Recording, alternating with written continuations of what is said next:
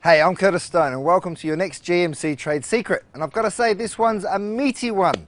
We're going to talk all about steak. Next time you're in the meat market, I want you to walk away with the perfect steak that's going to fit exactly what you like to eat. So I've brought along 5 of my favorites. The first one over here is the fillet, or the tenderloin. Now the fillet is the most expensive cut of beef, and it's also the most tender. Some purists would say that it's a little bit light on flavour compared with some other steaks. Next to that, we've got the sirloin, or the New York cut. Now the New York steak is a nice big, long, tender, bit more flavour than the fillet. It's a bit more reasonable in price. And you've got this layer of fat that runs along the top. Now that fat is usually flavour when you're talking about grilling steaks on the barbecue. Up the back here, we've got the best of both worlds. This is the T-bone, which is basically the fillet. It's a bit more squashed, and the New York. So that is pretty much what the T-bone is. It's those 2 cuts of meat still on the bone. Now, I personally love eating meat on the bone, so whenever you give me the option of having a steak cooked on the bone or not cooked on the bone, I'll go for this guy because the flavour is just amazing.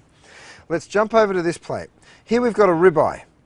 Now the ribeye is actually the same cut of meat as the New York cut, but it's a little bit further up the animal. So this is going further up towards the shoulder, which means that another piece of meat comes through there. But if you look at the shape of this, it's pretty much the same as the shape of the New York cut steak.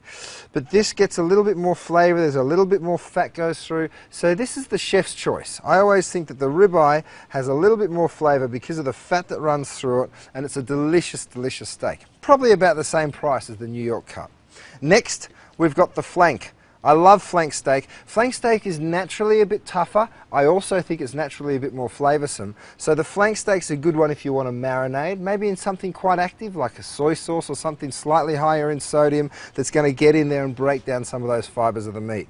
You cook this one a little bit slower than you cook the other guys because you want to stick the other ones onto a really hot grill. Now the other thing that you can look for when you're buying your steak is a little bit of marbling. When I say marbling, I'm talking about these little white specks that run through the meat. And that's the content of fat that runs through the meat, because like I said, the fat is flavour. So there you go. Now you know how to choose a steak like the pros. I'm Curtis Stone, and that's your GMC Trade Secret.